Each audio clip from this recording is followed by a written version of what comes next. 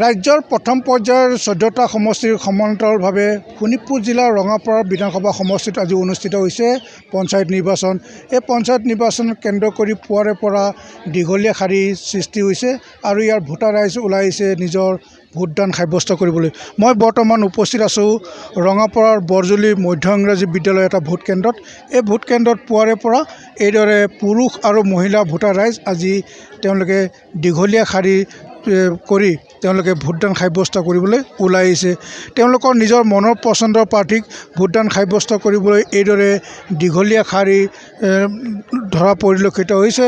মই সেই পৰিৱেশ দেখুৱাইছোঁ। এয়া হৈছে ৰঙাপাৰা বৰজুলি মধ্য ইংৰাজী বিদ্যালয়ৰ এটা পৰিৱেশ। এইদৰে ভোটাৰ ৰাইজ ওলাই আহিছে। তেওঁলোকৰ যি গণতান্ত্ৰিক সাব্যস্ত কৰিবলৈ আজি তেওঁলোকৰ যি শাসক বিৰোধীৰ প্ৰাৰ্থীসকলক নিজৰ নিজৰ মনৰ পচন্দৰ প্ৰাৰ্থীসকলক ভোটদান সাব্যস্ত কৰিবলৈ তেওঁলোকে এইদৰে ওলাইছে। মোৰ সৈতে এজন ভোটাৰ ৰাইজ আছে। আপোনালোকে ভোটদান সাব্যস্ত কৰিলে কি ক'ব? আমি ইতিমধ্যে ভোট দিছোঁ। ভাল এজন পঞ্চায়তত ভাল কেণ্ডিডেট লাগে বুলি আমি নিজে প্ৰচাৰ কৰি আছোঁ ইতিমধ্যে। আৰু ভাল কেণ্ডিডেট হ'লে পঞ্চায়তখন ভালকৈ চলিব, গাঁৱৰ ৰাইজে মানুহে ভালকৈ সুবিধা পাব। যিহেতু মানে আপুনি ভোট দিলে কি ক'ব? মই এটা ভাল কেণ্ডিডেট হেৰি কৰিহে দি আছোঁ ভোটটো।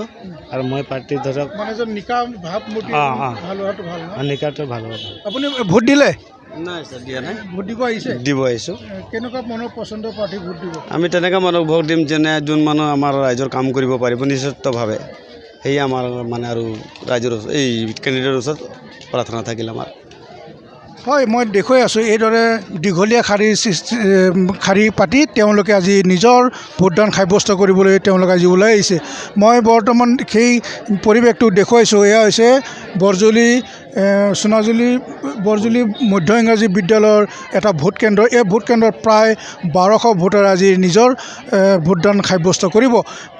যি কি নহওক, পঞ্চায়ত ৰাজ ব্যৱস্থাৰ যি তেওঁলোকে কৈছে ভোটাৰ ৰাইজে যে এজন নিকা ভাৱমূৰ্তি সম্পন্ন প্ৰাৰ্থীক তেওঁলোকে জয়ী কৰি যাতে পঞ্চায়ত ব্যৱস্থা এক সুস্থ সবল গঢ়ি তুলিব পাৰে আৰু ৰাইজৰ যি বিভিন্ন সমস্যাসমূহ আছে এই সমস্যাসমূহ তেওঁলোকে সমাধান কৰিব বুলি তেওঁলোকে আশা প্ৰকাশ কৰিছে।